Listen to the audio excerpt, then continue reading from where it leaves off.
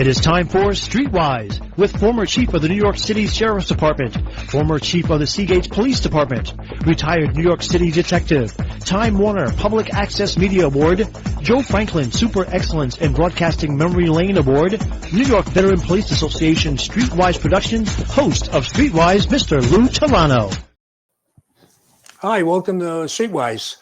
Depends where you live or when you're watching the show, so I'm going to say good day and good evening. So, because this show is going to be pretty much national and maybe international. We'll play it by ear, but I have to tell you this. Let me bring my guest in first, and then I'll talk about him. I want to welcome to StreetWise. This is Lou Telano. Obviously, I'm your host. You can bring Mark. Mark McCloskey, welcome to StreetWise. I just want to say this, Mark. You're the only one that I can think of in all the years that I've been doing media and been around, I should say. You became a national and probably an international, I guess, figure without even leaving your home. Well, actually, you did leave your home. You went out to your doorstep. Yeah. So, right. So I just want to remind you, folks, who my guest is Mark McCloskey, him and his wife, Patricia, both attorneys. They're confronted on their property, in their home, in their private community by Antifa and Black Lives Matter. This had to do, for whatever reason, no connection. It's like you and I, folks, being connected to what happened to George Floyd. Somehow, Mark McCloskey and his wife, Patricia, got involved in that controversial incident that happened in a different area, different place, and nothing to do with them. Your role in this, Mark, how does this happen as far as you're concerned? Well, first of all, you have to lay kind of the foundation. I mean, St. Louis is a remarkably dangerous city. I mean, after the event that gave rise to our notoriety, former Mayor Rudy Giuliani and former Commissioner Bernie Carrot came down and spent a couple of days with us. We were out to dinner and we started talking about how dangerous St. Louis is compared to New York City. 8,400,000 residents in New York. And at that point that year, you had about 300 murders. Only 300,000 residents in the city of St. Louis. And by that same time, we'd had 262 murders, almost 20 times the murder rate of New York City when New York was having a bad year. And that was before you add in the George Floyd effect. And on the night of June the 1st and June the 2nd of 2020, the diversity, equity, and inclusion crowd, those people that are always bragging the moral high ground, decided the way they could best show their love for the city of St. Louis was by burning it down. And so on the night of June the 1st, June the 2nd of 2020, they looted and burned downtown St. Louis. They shot 4 police officers, murdered retired police captain David Dorn. And one of the most impressive things my wife and I saw, we were watching this from a live helicopter feed from our bedroom, the 7-Eleven in downtown St. Louis, 2 blocks from police headquarters. From the time the first brick goes through a window and the looters come in and loot it empty, then somebody throws fire in and the building gets engulfed in flames and the roof comes down. 10, 20, 30, 40 minutes we watch it. You know how many police showed up? 0. You know how many firemen showed up? 0. My wife and I looked at each other and said, when the fit hits the shan, you're out there and you're wild lonesome. Well, Mark, a lot of the police officers, law enforcement, did not respond because they were actually ordered to stand down. I'll get to this later, but we now have the 911 calls that we made. Correct. And you can actually hear the dispatcher ordering the police to not respond. Correct. I mean, our police officers are overworked, underpaid, and I give them the greatest honor and the greatest support, but they're overwhelmed and understaffed. And they were specifically told, yes, to not respond. I don't hold it against them at all. But the bottom line is they got a handful. We've got a police force here of under 1,000 police for the city of St. Louis.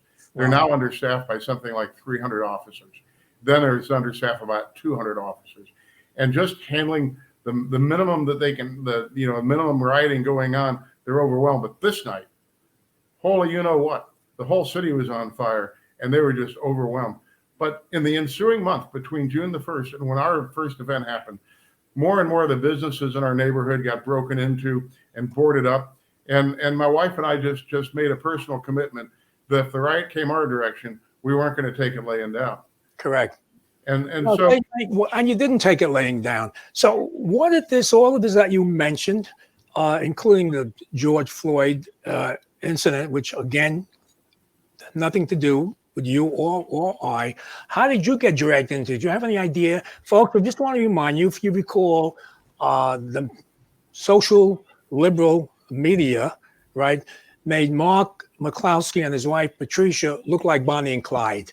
They came out, protected their home. They were both armed legally.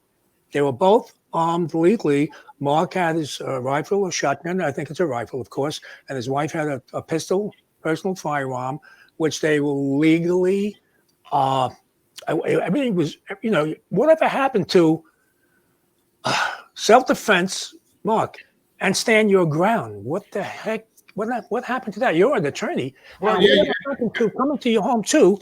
To go a step further, whatever happened to unlawful assembly, inciting a riot, or a riot? What happened to all of the above, Mark McCloskey? Let me back up and lay kind of the framework. One of the advantages of living in a city, if you're a criminal, like St. Louis, where you've got a George Soros appointed district attorney, where they don't enforce any laws, and that they do is they protect criminals against honest citizens. You can announce your crimes ahead of time. And this Antifa organization in St. Louis called Expect Us, run by a young lady whose name you'll know, Cori Bush, now a United States Congresswoman. Correct. And a guy named Rasheen Aldridge, who's in the Missouri House of Representatives. They put out a flyer saying they were going to have a riot in our neighborhood on June the 26th. And that's a Friday evening. And so because we knew they liked to burn stuff, and we didn't want to burn, we went out and got a bunch of fire extinguishers. And because we knew they liked to shoot people, and we didn't particularly want to take it laying down, I put a whole bunch of guns around the first floor of the house. Well, we're talking about June. We're talking about, not to interrupt you, which I am. We're talking about June 26th of 2022. 2020.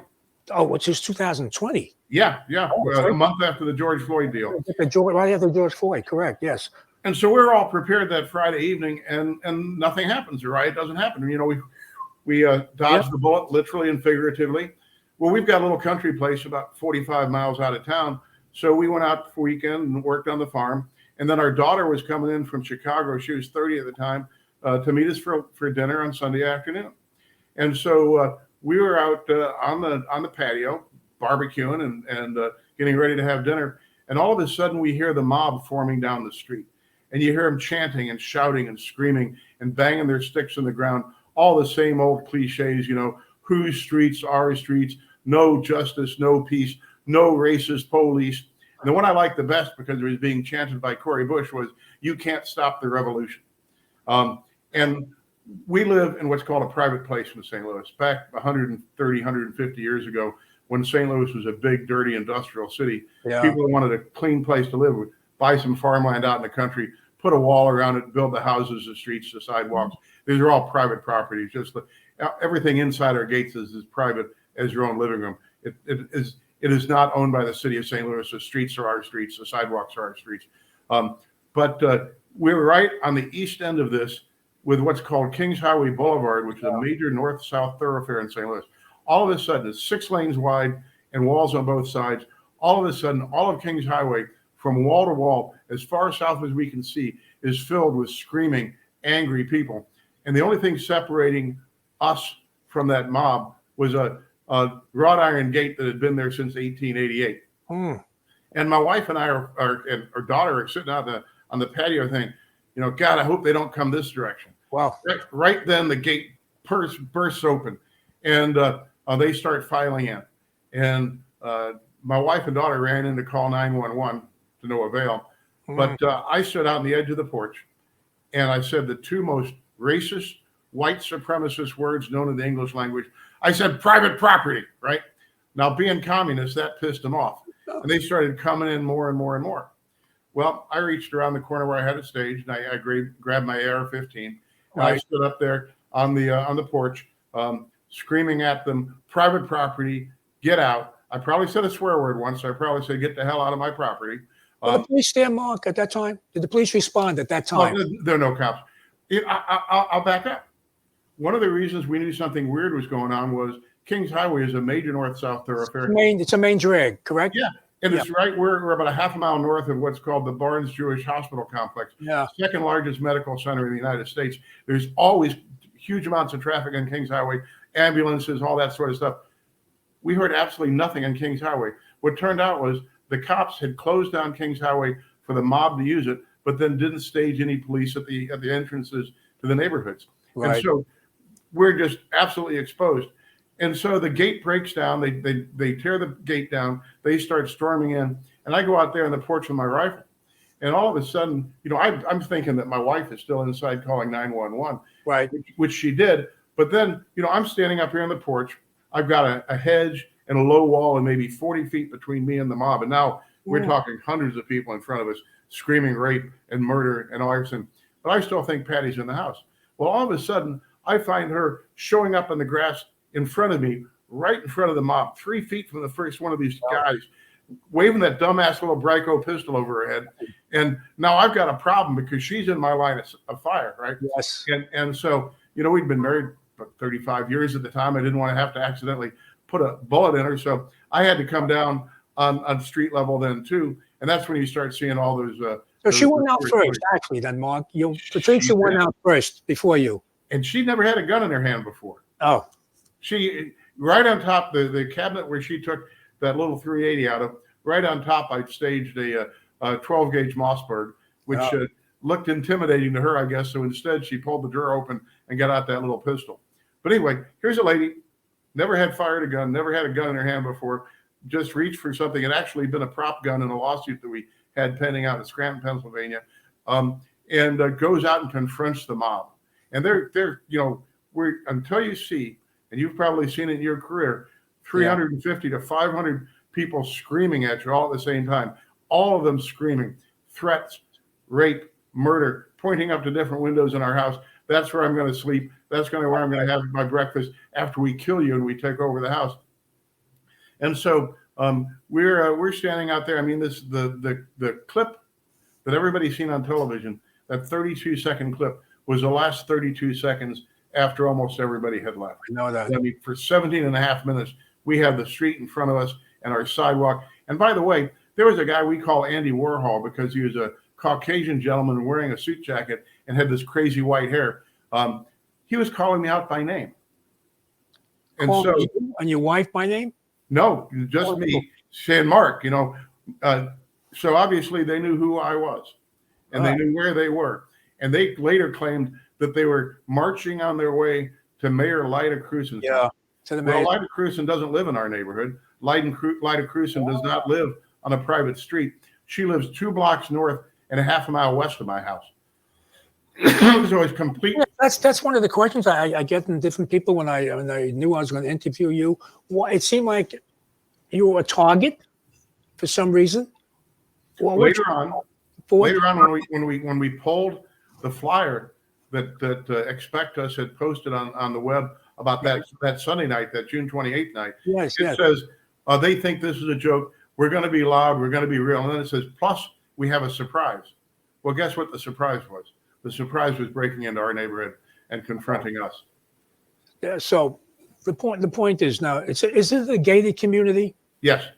And it's not just a gated community because unlike most gated communities, it's a private community. Yeah, it's absolutely private. We pay for the roads, we pay for the lights, we pay for the sidewalk. Right. But that's the advantage of the Second Amendment. Absolutely. Just 2 of us. Nobody got shot. We didn't put off a shot. But two people standing out on their own property with a couple of guns, holding off a mob of hundreds, which had demonstrated earlier in the month that they're perfectly willing to murder and burn and loot, and they turned violent right away. And so, but we held them off. And that's the story that everybody's heard. But what most people don't know is that the mob came back the next Friday specifically to kill us and burn down the house. And we had survived that first night. We then boarded up the house and we boarded up the office building. My office, where I'm sitting here today, is 3 blocks further into the city than our house, and it's an 1880s Victorian building. And so we boarded up the windows here too, because one of the last things that they said when the mob left that Sunday night was, we're coming back. You've got a business. Your business is gone. And so out of abundance of caution, we boarded everything up. But then Tuesday morning, I'm sitting in the office, and a client of ours calls up. This is a young African-American woman. We had represented her. We'd represented her mom. We'd represented her sister. We thought of these folks as family. We'd been to her graduation from college. We'd been to her sister's graduation. When her husband got out of the Army, he joined the St. Louis Police Department, got depressed and shot himself. We went to his funeral. There'd be times when we'd be the only Caucasians at this family's get-together. So we really thought these people were special friends of ours. She calls up that Tuesday morning. Turns out she's a brainwashed member of this Antifa organization. Wow. And says to Patty, what you guys have done is unforgivable, and you're going to have to die. They're coming back Friday. They're going to burn down the house, and they're going to kill you, and there's nothing you can do about it. And this wasn't just an idle comment. She kept Patty on the phone for an hour and a half, just going up one side and down the other, with a conclusion that there was nothing that we could do to prevent it, that we were going to die, and that's all there was to it. But Mark, what did you do? What did you do about it? Well, first thing we did, from time to time in our business, we have to hire some security. And so we normally hire City of St. Louis or St. Louis County police officers for secondary employment. Right. Well, the guys we normally use refused to do it for fear of the bad press.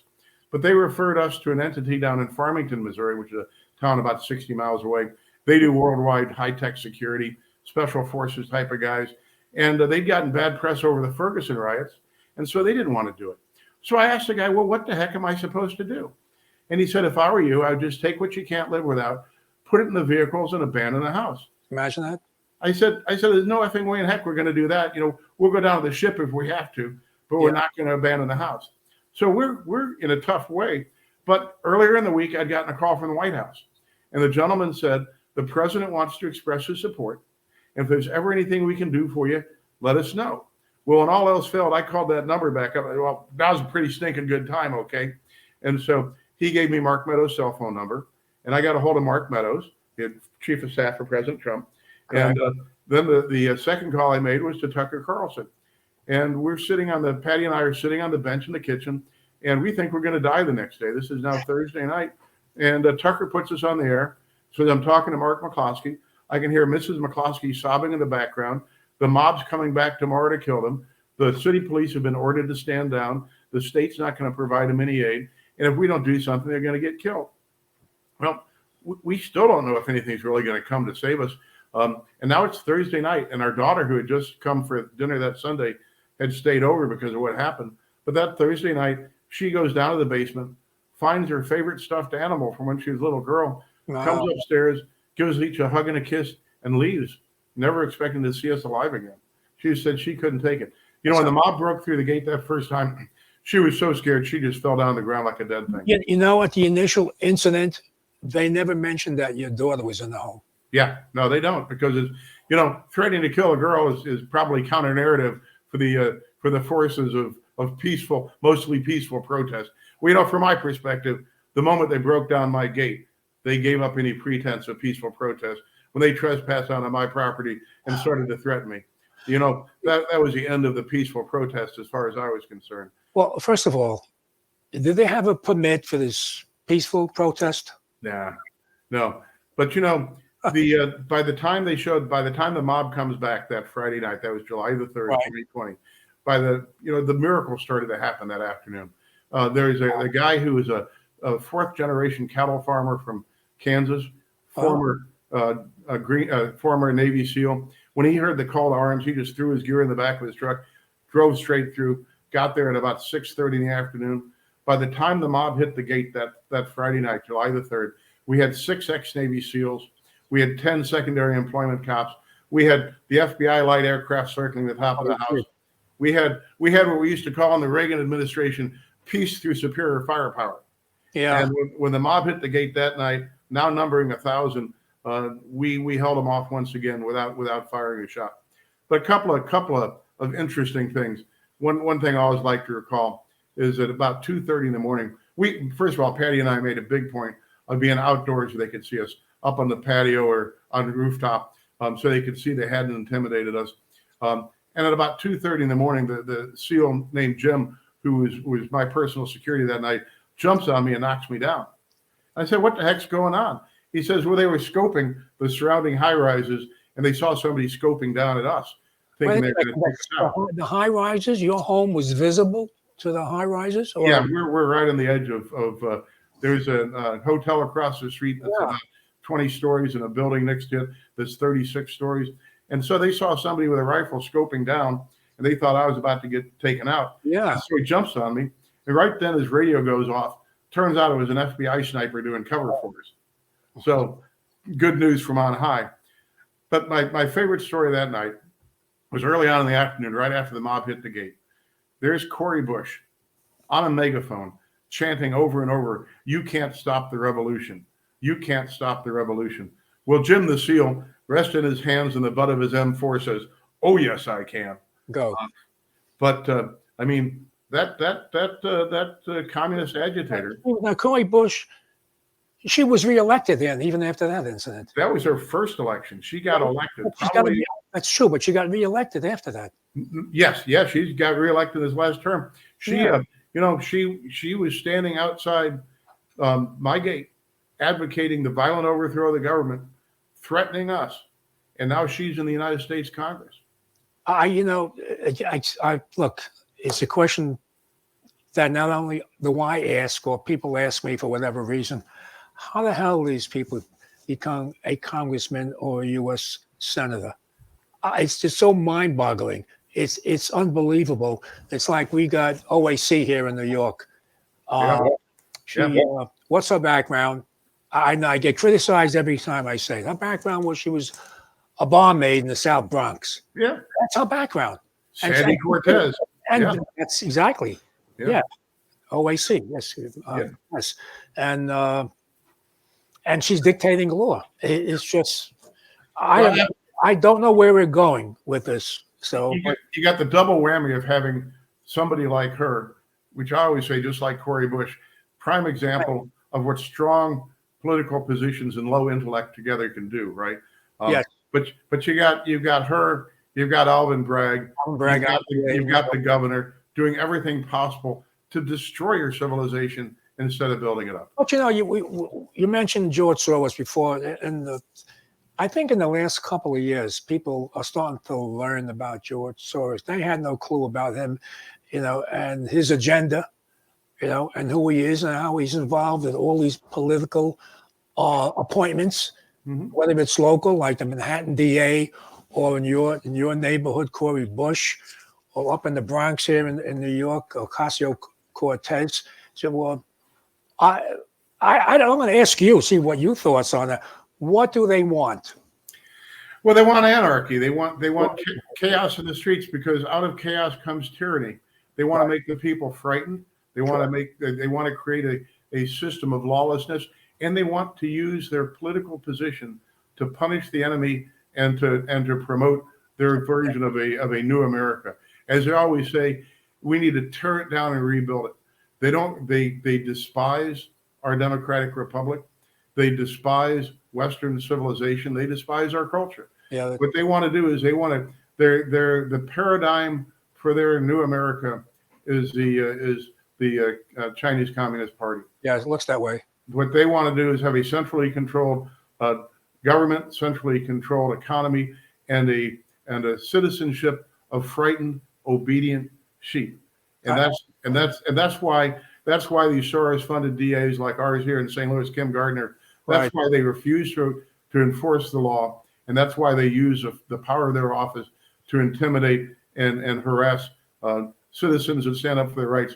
As I always say these days, there's only one unforgivable crime in America now, and that's standing up against the left. Yeah, and that's what we did. When the crowd diminished that Sunday afternoon, and I started seeing that sea of cell phones being held up in front of us, I knew that what we had done was too important for the left not to try to destroy us over it. And so I knew, if I'd been, my wife and I are practice law together. We've done this since for 30 years now.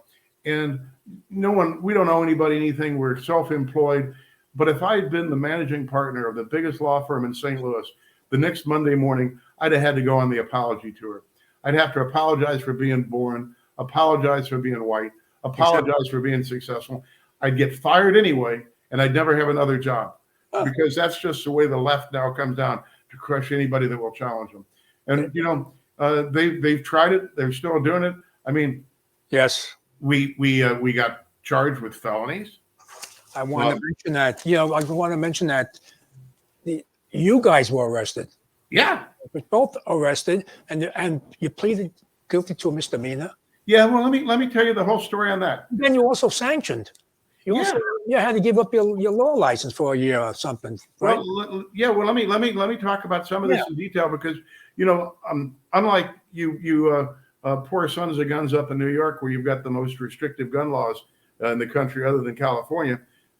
In Missouri, we've got a very good Second Amendment. The Missouri Constitution has actually got a stronger provision than the Second Amendment, because where the Second Amendment says the right of the people to keep and bear arms shall not be infringed, in the Missouri Constitution it says shall not be questioned. All right, and our governor, when he was in the Missouri Senate, was a person that first promoted our castle doctrine, and it's a very strong castle doctrine. We have a right of self-defense. But saying in that, Mark McCloskey, you still got arrested. Let me explain why. Yeah. The castle doctrine and the stand your ground laws are affirmative defenses. Correct. Meaning the state comes and charges you with a crime. And what you have to do is you, as a victim of that. Who was the arresting agency? I know you just said the state charged with a crime. For the audience's sake, who was the arresting agency? It's the circuit attorney's office, what we call our DA here. It's called the circuit attorney. For those people that it's an odd setup here in the city of St. Louis. The city of St. Louis is also the county of the city of St. Louis, which is surrounded by a 2 million population county of St. Louis. So you got the county of the city of St. Louis as a standalone entity, which is really a city that when I was a kid was 1 million people, but is now down to 300,000. But so the circuit attorney, Kim Gardner, the Soros-funded Kim Gardner, charges us with felonies, has us indicted, issues a search warrant to come out and take the guns we used that day, which they did, and then charges us with felonies, which would cost us 4 years in the slammer and our law licenses forever. Well, here's the thing. So then we're in a hostile environment, right? It's like Donald Trump in Manhattan. If we're going to be tried in front of a jury, we don't get a jury of our peers. We get a jury of the circuit attorney's peers that want to put us in jail for the rest of our lives. And here's an interesting quirk about Missouri law, that a governor can't pardon us until we're actually found guilty of something.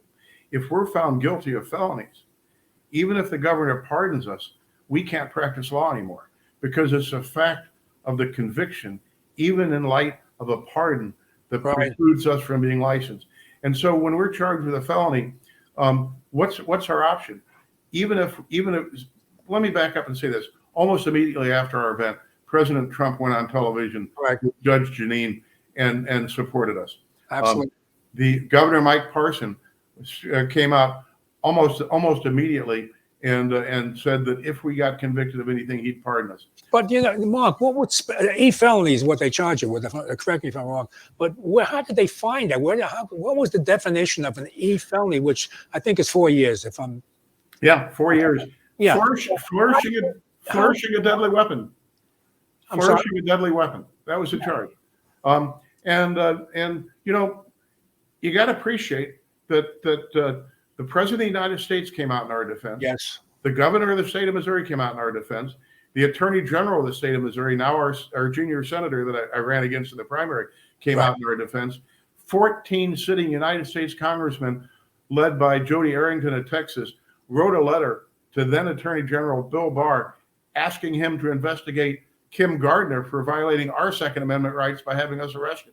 Oh, boy. And, you know, it's kind of hard for me to believe I did something wrong when, first of all I did was stand up and defend myself, my wife, my home. And I've got the President of the United States, our governor, our Attorney General, and 14 sitting congressmen not only saying I'd done nothing wrong, but what I'd done was laudable. Pretty hard for me to think of that being a crime. But think about the jurisdiction we're in.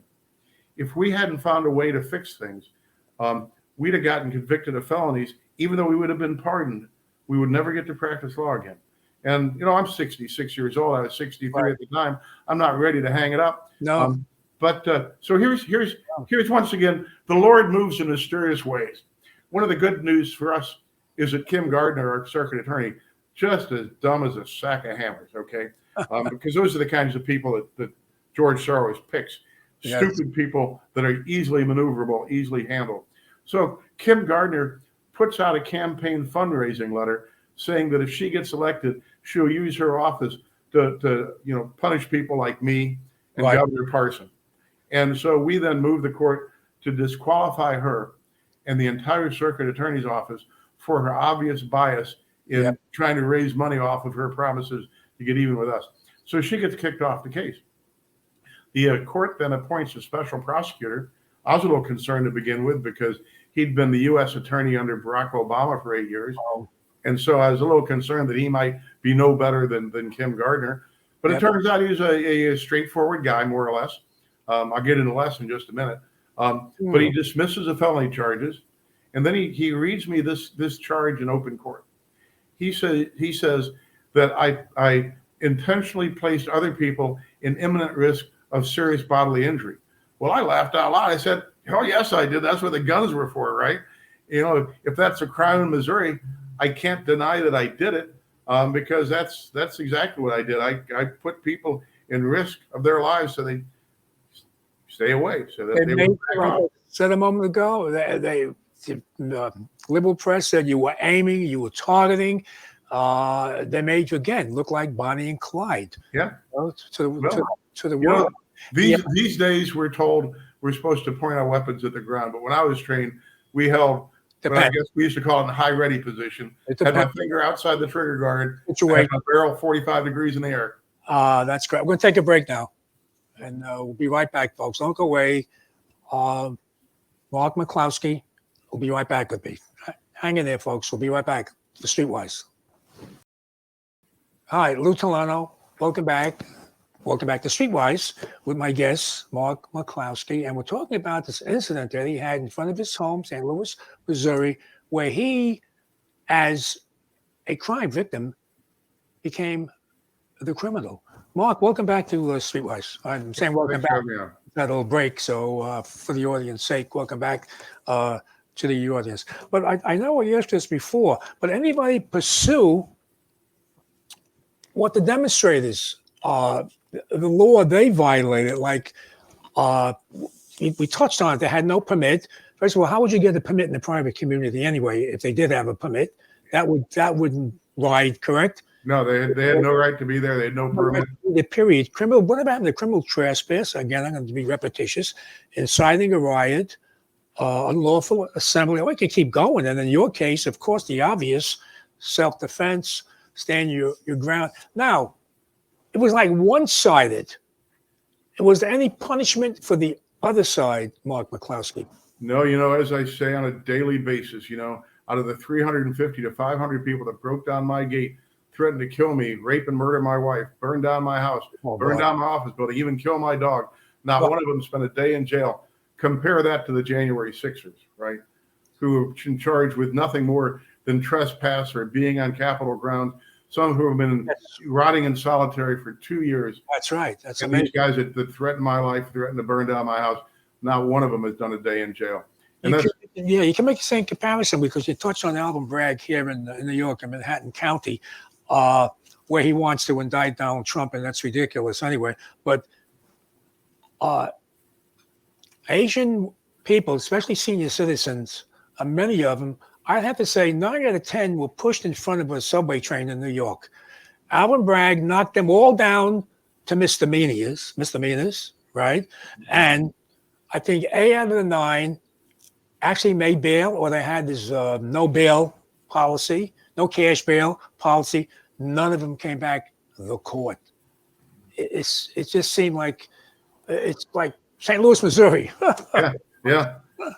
Well, we're number one. We're the murder capital of the world, and it's just this once great city has been driven to its knees. It's amazing how fast, through the intentional undermining of our system, a city can be destroyed by somebody like Kim Gardner. It's amazing.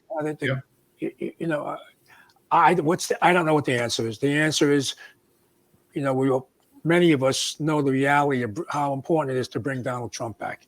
We do, because we lived through his tenure as president. We've seen what he did. He reminded me, I was fortunate enough to be a city manager under Rudy Giuliani. Mm-hmm. And I am so glad that I can say I was part of his enhancement of New York back in the 90s, 94, 95, 96 of his, which, the break toll jumping in the subways. Yeah. People say, what about poor people? They don't have the money to go in the. What they do have the money. They don't have the money. They're there every time a transit cop grabs them. They either have drugs on them, a gun, open warrants, and they're for the purpose of robbing people in the subways in New York City. So when Rudy did that, it was successful and it worked. I'll put a boost in for my buddy Rudy. When I'd go to New York before he was mayor, there were hobo encampments in Central Park.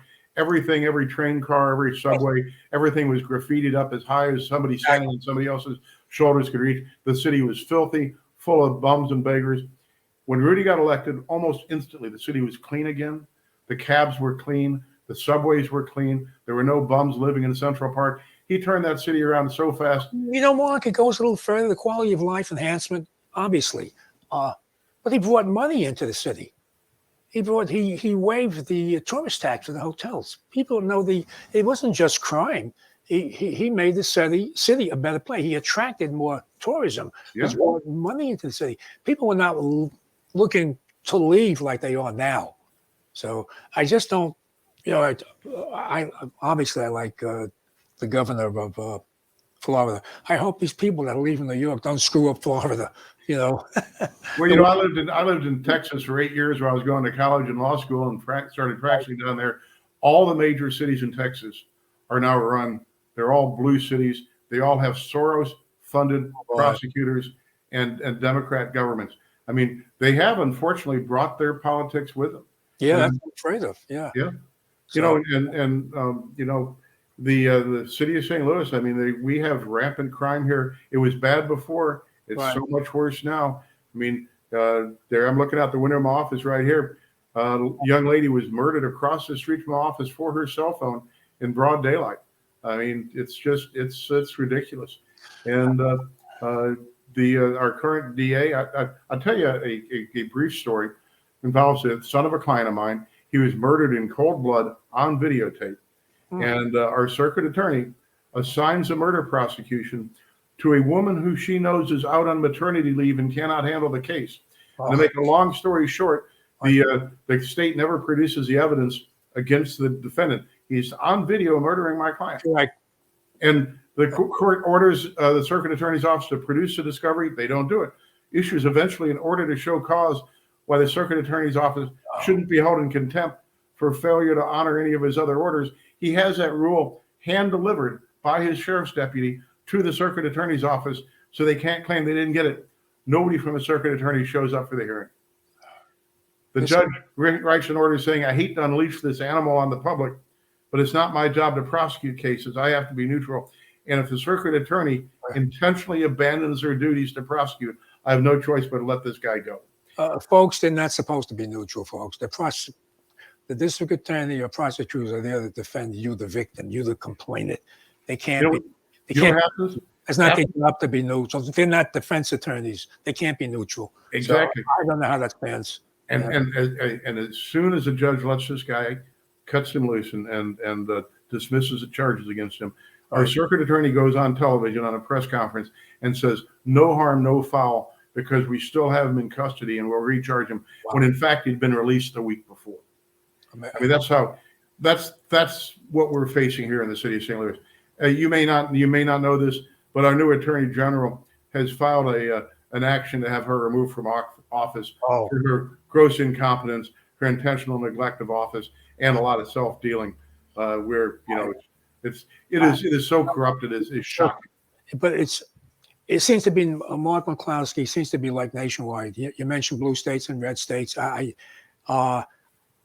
as a former cop that walked the beat in New York City, plus I worked in the jails as well. I'm bragging about myself, but I every so often I want to let the audience know that I was there. It's not, I've experienced it, and I know what's going on. And obviously, I know what's going on with the indictment of Donald Trump. It's, being in the law enforcement business, it doesn't even make sense to even mention it. It's just, it's mind-boggling. But what direction that you hope there got to be a change somewhere, Mark McCloskey, to the betterment of us? Well, you know what I say, and I've said it all throughout my Senate campaign, is I kind of call this a post-political time in America. You can't count on the government to help you. The government's doing everything they can to destroy our civilization. Yeah. People in D.C. are all bought and paid for. The Republicans and the Democrats they're no different. Right. You have a total outlier like Donald Trump. You get him reelected, he'll straighten things out again. But until then, each and every one of us needs to take a personal stand for our own freedom. Each and every one of us needs to stand up and say that we will not be sheep, that we'll be a free people, that when the government tries to impose unconstitutional restrictions on us, like vax mandates and mask mandates and all these kinds of things, we just have to have generalized, peaceful, civil disobedience. Say that this government is supposed to be a government by the people. You know, this is supposed to be a government by the consent of the governed. And it's time for us to just pull that consent back and remind the people in D.C. that they work for us, that they're supposed to be public servants and not public masters. No, they're actually dictators. It's just that's exactly what we're putting in office today. So let's talk about you. When you were arrested, you mentioned by the prosecutor's office, district attorney's office themselves. Did you get your gun? First of all, you did get, you're still practicing law, but did you get your gun permits back? Well, we always had you don't have gun permits in Missouri. We're a constitutional carry state. Everybody's got a right to carry a gun. Everybody's got a right to carry a concealed weapon. They took those two guns, and I'm still fighting to get them back. We still have that under still in the circuit court, and I assume the circuit judge may rule against me on that. We'll take it up to the Court of Appeals and see. We've already taken one of these issues up on a writ to the Supreme Court and got dumped by the U.S. Supreme Court. They didn't take the case, but we'll fight till the end on that. Mark, you lost one of your appeals. Am I correct on that? Yes. Yeah. Yeah. But that was just on our law license issue. Oh. One of the issues was that when everything else is done, the governor pardoned us. The Bar Association of the state of Missouri, the Office of Chief Disciplinary Counsel, decided that what we did by defending ourselves constituted a crime of moral turpitude and asked the Supreme Court of Missouri to take our law licenses. What the Supreme Court did was they suspended our law licenses, probated for a year, so that if we stayed good little boys and girls, we could keep practicing law, which we did. Right. We had to do report to our probation officer every quarter and do 100 hours of pro bono legal work. So here's can you challenge that 100 hours? I did. I took it to the Court of Appeals, lost, took it to the Missouri Supreme Court. Of course, they were the people that lost. Did a writ to the United States Supreme Court, which wasn't accepted. But here's the fun part, right? Right. They said I had to do free legal work for a 401c3 public service entity. So I called up my buddies at Project Veritas, and I said, well, you guys are a 501c3 public service entity, aren't you? They said, yeah. I said, I'd love to work for you guys for free. The Bar Association says, nah. The Supreme Court says, nah, you can't work for them. And because you can't work for a conservative organization. So then we eventually ended up having to work for Legal Services of Eastern Missouri, but they wouldn't let us actually see any of their clientele. They gave us homework assignments to do. I was going to ask you that. So they picked the clients, Mark McCloskey? They told us we couldn't interact with any of their clients. We just had to do legal research for them. Just the research. Okay, but you're still representing them to a degree, right? Yeah, and so I did that. I did my 100 hours. I got my get out of jail free card on February the 9th, and so that's now all behind us. So we're just waiting for the next shoe to drop. Right? We're waiting. You mentioned AOC earlier. Right. You know, President Trump invited us to speak to the national convention, which we did in the fall of 2020. And then we went to work for the Trump Organization, and we campaigned for Donald Trump. And Patty and I were the Trump campaign in Pennsylvania for a while because that's where her family's from. But AOC created something she called the Trump Accountability Program, that everybody that worked for Donald Trump is going to be harassed for the rest of their lives. And you see it right now all over. Paul Manafort, Roger Stone, General Flynn, everybody, right? Carter Page, everybody that had anything to do with Trump is getting harassed. Mike Lindell, us. And we're just living it. And we're just waiting for, the Justice Department to come in and charge us with something new and different, because that's what we have now. We have the Stasi. We have the secret police, the political enforcement arm of the government. Secret police, like the Gestapo. Yeah. You mentioned Roger Stone. Roger Stone was my guest before they raided his home. And he said, Lou, what I'm concerned about, he said, and I think we spoke about this before you come on the show a couple of weeks ago. You and I spoke. He said, Lou, I am very conceited. He said, I love myself. I'm very vain. He said, I want these. I said, but Roger, but why are you telling me this on my radio show? He says, because if they say I commit suicide, never happened.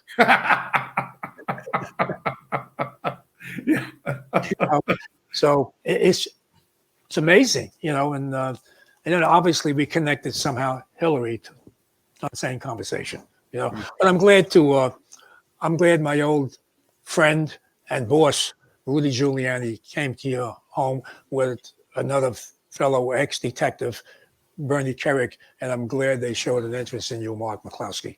I'm sure you were. Well, you would. Did you? How can I say that?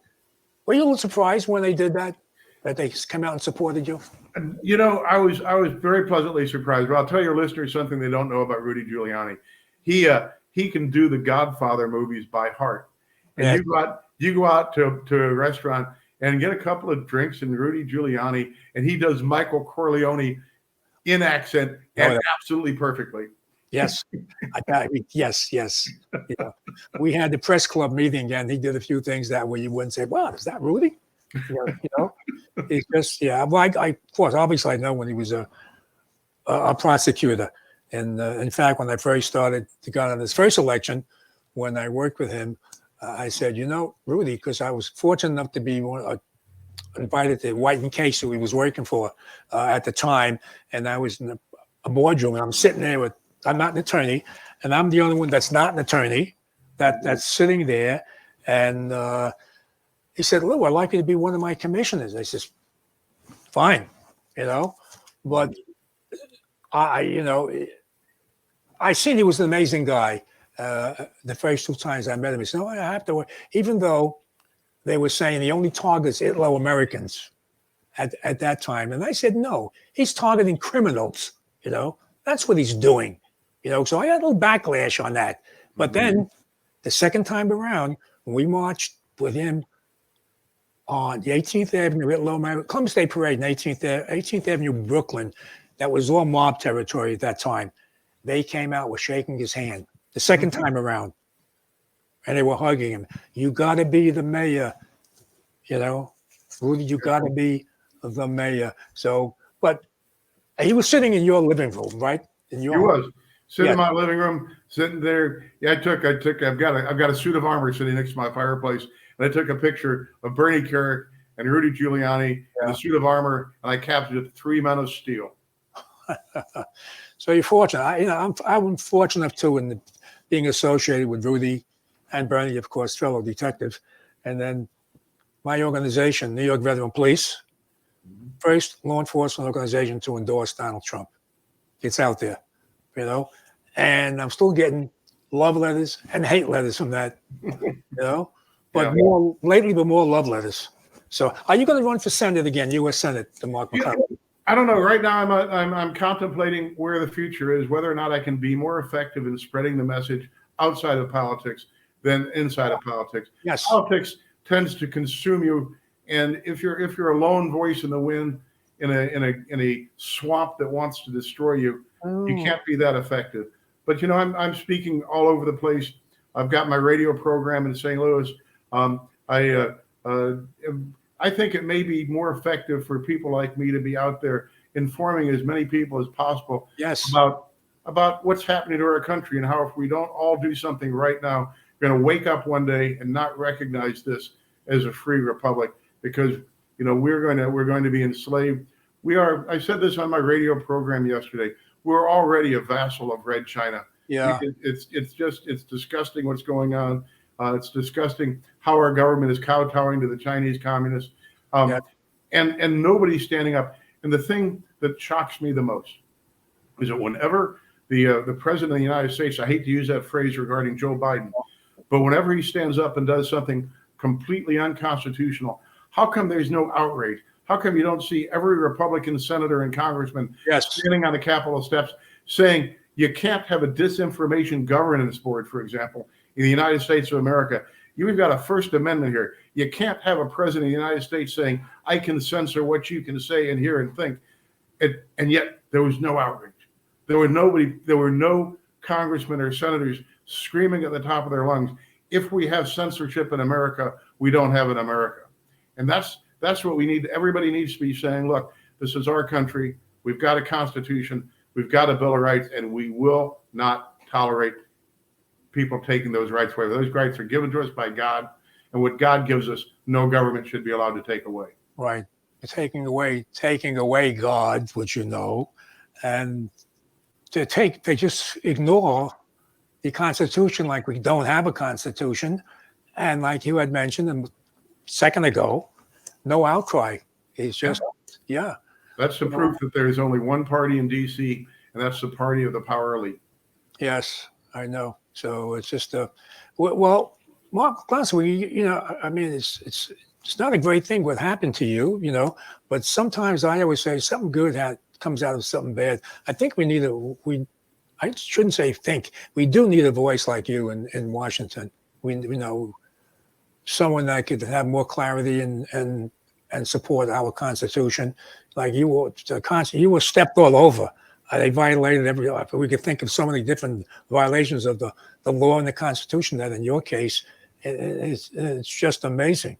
So, yeah, I got to find out. I think I might be out of time. I'm not even sure, So anything I have to ask you to sum up, what's your thoughts on you and Patricia down the road? Well, that July the 4th morning when we woke up and we survived the second assault in our house, yes. My wife and I unfurled an American flag over the front door of our house, right. Stood outside and made a vow that we were going to spend the rest of our lives doing everything we could to save this republic and to support our God-given rights. And that's what we're going to do for as long as we have breath in us. Right. It's great. Now, something, if this never happened to you, you probably would not be involved. Am I correct on that? If this didn't happen to you, you wouldn't be involved as you are now? God came knocking on my door disguised as an angry mob. And I'd been active in Republican politics, and I'd been the first guy to endorse my Senate campaign was Colonel Oliver North, because he and I had been friends back since the Iran-Contra days when we did fundraisers for his criminal defense when he was being persecuted for trying to save this country. Yes. And but I'd never thought about running for politics. I never thought about being a public figure, but it's something which I had been preaching about privately since I was 16 years old. This progression of the left, this continuous stride toward single world socialist government, and what everybody had to do to prevent it. And this gave me an opportunity to give back in a way that I would not have had otherwise. So the Lord moves in mysterious ways. It might have been the worst day of our lives, but it also gave us an opportunity. Yes, exactly. So I'm impressed. I'm impressed with how you stood through it. A lot of people are watching the show are going to be probably unaware that this wasn't just a one-time incident. They came back and then they came back. Yeah. Yep. It's just, and I have to say this. You're a strong guy. I think I'd be in jail for life. So I don't know how much time you got, but there's this. At one point, there were two guys in body armor coming up the sidewalk at us, challenging us. One guy's got a pistol, and I drew down on him, and I said to my wife, I said that if those guys come any closer, I'm going to have to kill them. Yes. If you look closely at the picture, you'll see that the selector switch in my AR is in the fire position. Oh. Patty leaned over in my ear and said, "You're not killing anybody today." The voice of reason. Wow. And so, like you say, you know, I may not have had the most discretion in the world, but with my wife's voice in my ear, Yes. otherwise I might, like you say, be in prison the rest of my life. Yes. I got to ask you this. Was it close? It was close. I mean, we were threatened with our lives, and we were facing a crowd of hundreds. And these characters, one guy wearing body armor pulled 2 loaded magazines out of his ammo pockets, pulled them together in front of me where I could see they were loaded with shells, clicked them together, and said, "You are next." And the guy standing next to him is a guy wearing Desert Storm type body armor, light colored stuff. He turns around, and on the back of his jacket it says "Human Shield." And then he turns around, and again he's got this full assault gear on with his tactical glasses. Yeah. And his head covering down to here, and this mask down like this. And he's inching forward. And they meant business. And that's what I said to my wife: if those guys come any closer, I'm going to have to kill them. You just reminded me. So everybody, all the protesters, the demonstrators, or Antifa, Black Lives Matter, I think they were all wearing masks. Am I correct? They were. Oh, yeah. And, you know, and a lot of them were white college kids. Yeah, that's the Antifa, pretty much. Yeah. Brainwashed, stupid college kids. Exactly. Just wanting to be part of something and not knowing how destructive they are. They're still searching or looking for a cause or whatever. Yeah. You know, and those are the guys that are going to be 35 years old living in mommy's basement. Yeah. That's exactly. And you know, I consider you still a young guy. So thank God we're going to have you for the next 20, 30, 40 years around, because there are so many people that they remind me of the 60s when I was out there, you know, make love, not war, things like that. Yeah. While they were burning down college campuses. Exactly right. Same time. I know we had that in Columbia. We had that in New York while they're burning down college campuses. You're right. Mark McCloskey, I want to thank you for being on StreetWise. You know? Yeah. I wish you all the luck, and I'm so glad to have an opportunity to meet you and talk to you and interview you. And I'm glad you got close to 2 close friends of mine, Rudy Giuliani and Donald Trump. So hopefully we'll speak again down the road. And hopefully you got my support if you run for whatever you run for down the road, whatever that means. Well, I sure appreciate it. And thanks for having me on. It's a pleasure. Thank you, Mark McCloskey. God bless. God bless you. This is Lou Telano, and I'll catch you later. Check your local listings for time and schedule, or log on to StreetWisePro.com.